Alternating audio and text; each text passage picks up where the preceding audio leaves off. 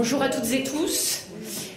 Je vous propose de démarrer le point presse du groupe socialiste avec un premier état des lieux de l'examen du texte sur les soins palliatifs et la fin de vie. Et puis je laisserai ensuite la parole à mes collègues pour faire un point concernant la Martinique. Et puis nous avons également un autre point, Arthur. Sur ArcelorMittal. ArcelorMittal, voilà. Et une annonce exclusive. Très bien. Vous voyez, beaucoup de suspense aujourd'hui. Bonjour à toutes et tous. Depuis hier soir et pour 2 semaines, l'Assemblée nationale va débattre d'un texte de loi sur la fin de vie. C'est une évolution législative qui est particulièrement attendue par une grande majorité de Françaises et de Français qui se sont émus ces dernières années des situations individuelles, des histoires douloureuses qui concernaient Vincent Imbert, Vincent Lambert ou encore Paulette Guinchard-Kunstler qui ont démontré les insuffisances de la loi actuelle. Nous regrettons particulièrement les tergiversations d'Emmanuel Macron sur la question des soins palliatifs et de l'aide à mourir depuis 8 ans, ainsi que le choix fait par le Premier ministre François Bayrou de scinder l'examen du texte sur le droit à mourir en 2 propositions de loi différentes. Nous sommes cependant satisfaits de ce premier pas qui arrive enfin cette semaine et qui vient concrétiser une cause qui est portée par le groupe socialiste depuis de très nombreuses années. Nous soutiendrons la première proposition de loi sur le développement des soins palliatifs, alors que les besoins sont croissants dans la société française, de par le vieillissement de la population, la croissance des affections longue durée, et donc l'offre de soins palliatifs est aujourd'hui insuffisante, inégalement répartie sur le territoire, puisque 22 départements ne sont pas encore dotés de ce type de services en soins palliatifs. Cette proposition de loi vient donc fixer des principes d'accessibilité renforcés, et cela va évidemment dans le bon sens si l'effectivité est évidemment mise en place, c'est-à-dire qu'il faut aussi que le gouvernement puisse mettre les moyens financiers et humains suffisants. Concrètement, nous souhaitons plus de moyens pour l'hôpital public si nous voulons organiser des soins palliatifs dignes de ce nom dans notre pays. Deuxièmement, il y a évidemment cette seconde proposition de loi qui propose de créer un modèle français de l'aide à mourir. Et face à un certain nombre de mensonges, il faut le dire, qui courent actuellement sur les réseaux sociaux, il est important de rappeler que l'aide à mourir qui sera examinée à l'Assemblée nationale sera strictement encadrée. Elle ne sera ouverte qu'aux personnes qui respectent les 5 conditions cumulatives suivantes. Je dis bien cumulatives. Il faut tout d'abord être majeur, être également de nationalité française ou résider sur le territoire national de façon stable et régulière, être atteint d'une affection grave et incurable qui engage le pronostic vital de la personne en phase avancée ou en phase terminale, présenter d'autre part une souffrance physique ou psychologique liée à cette affection qui soit réfractaire au traitement ou insupportable selon la personne lorsqu'elle a choisi de ne pas recevoir ou d'arrêter de recevoir un traitement. Enfin, il faut également être apte à manifester sa volonté de façon libre et éclairée. En somme, la rédaction de cette proposition de loi concernant l'aide à mourir constitue une avancée par rapport aux droits existants et elle permet notamment de rendre éligibles à l'aide à mourir des personnes qui sont atteintes de maladies neurodégénératives, comme c'est le cas par exemple concernant les personnes atteintes de la maladie de Charcot. Merci beaucoup. Quelques éléments complémentaires, notamment sur les améliorations que le groupe socialiste portera à l'occasion des débats parlementaires, au moins évoquer 3 sujets.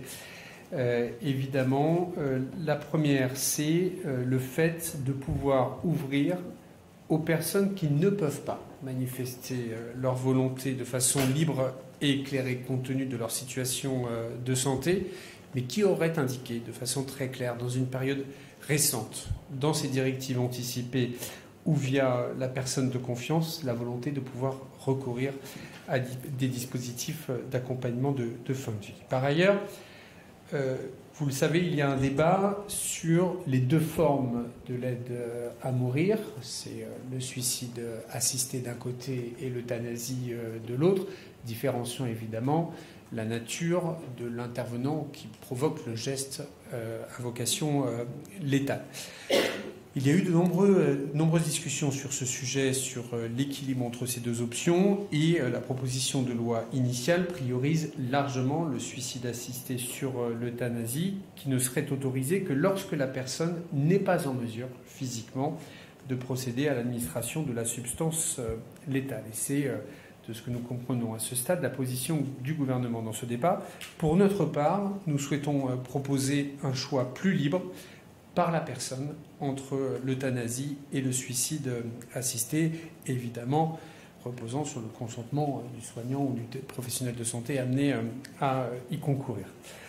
Enfin, dans la proposition, et c'est normal, cette proposition de loi institue une clause de conscience pour les professionnels de santé qui ne souhaiteraient pas participer à la procédure d'aide à mourir.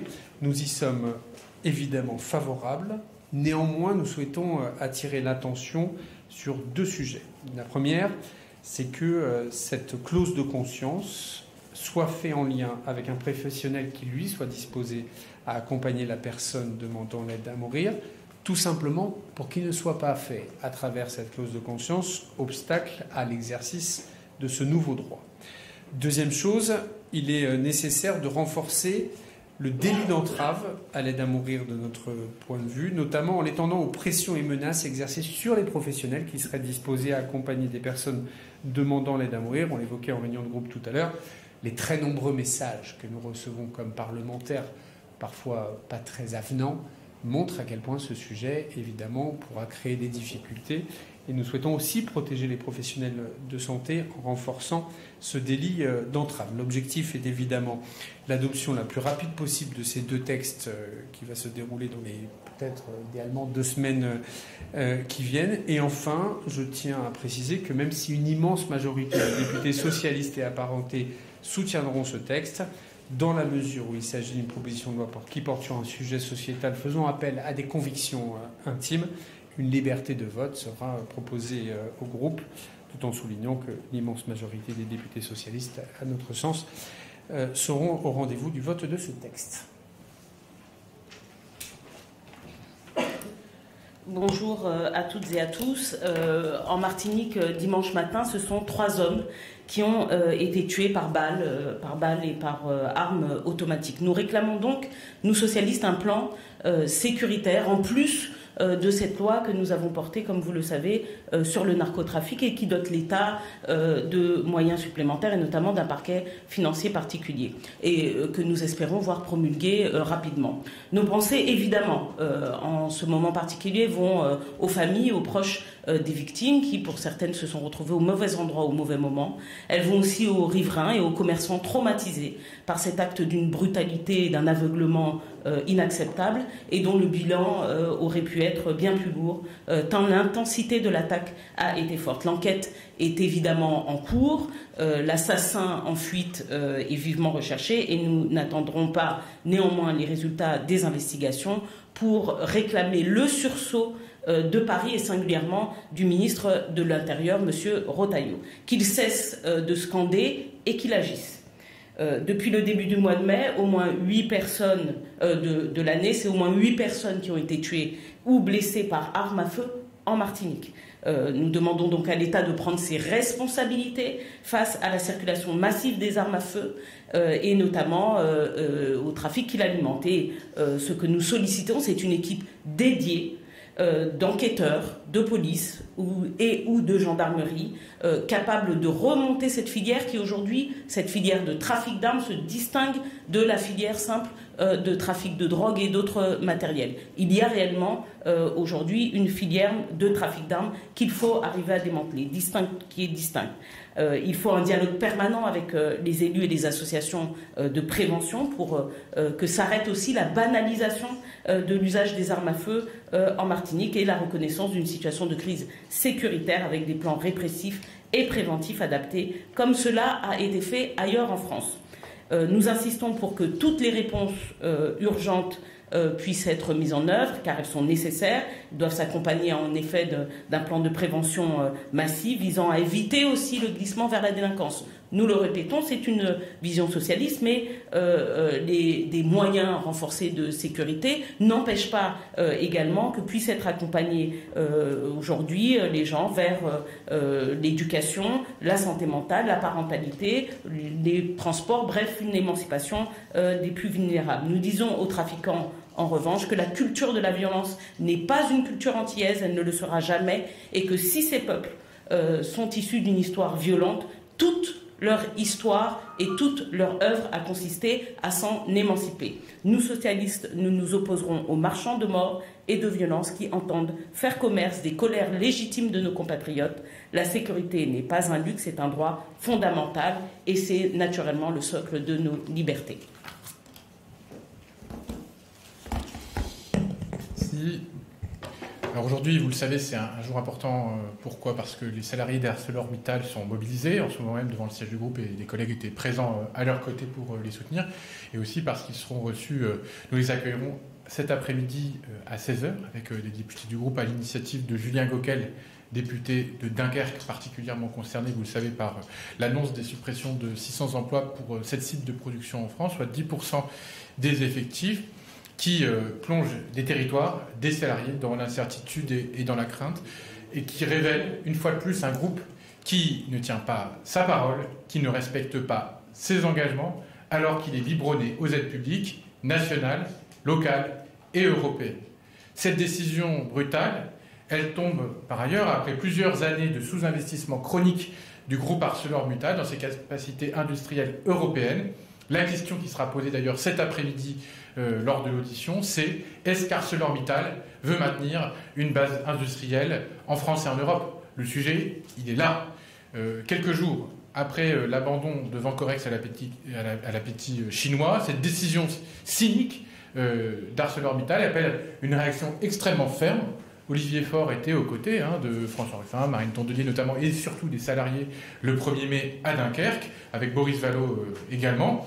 Les sermons, les rappels à l'ordre du gouvernement ne seront pas suivis d'effet. C'est pourquoi aujourd'hui, nous présenterons aux salariés que nous recevrons, puis nous déposerons une proposition de loi relative à la souveraineté industrielle de la France, portant mesures d'urgence pour ArcelorMittal Dunkerque. Nous proposons notamment de conditionner toute nouvelle aide publique d'État ou des collectivités à un plan de mutation fixant pour objectif prioritaire la préservation de l'emploi, la transition énergétique de la production, et en cas de non-respect de ces engagements, un montant des aides perçues devra être automatiquement converti en actions et en droit de vote double, ce qui permettra de détenir une forme d'hypothèque sur les actifs de l'entreprise et ainsi d'une minorité de blocage sur les décisions, avec une puissance publique qui reprendrait la main sur les orientations stratégiques et qui pourrait intervenir par ailleurs dans d'autres situations similaires.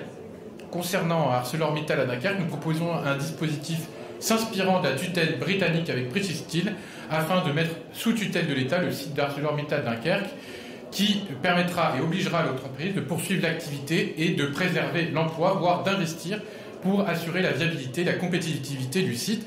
Notre collègue Julien Gauquel se tient d'ailleurs à votre entière disposition pour toute précision. La renaissance industrielle ne peut plus se payer de mots. Maintenant, il faut des actes et de la volonté politique. Enfin, je vois que l'heure tourne. On avait pris avec 3 minutes de retard, et donc du coup, je me permets de prendre 1 minute de retard pour vous dire que on a aussi un autre sujet et un autre dépôt de proposition de loi aujourd'hui. Vous avez suivi la manifestation du 9 mai qui, comme d'habitude, s'est traduite par des saluts nazis, par la présence de néo-nazis dans les rues de Paris et qui n'avait malheureusement pas été interdite.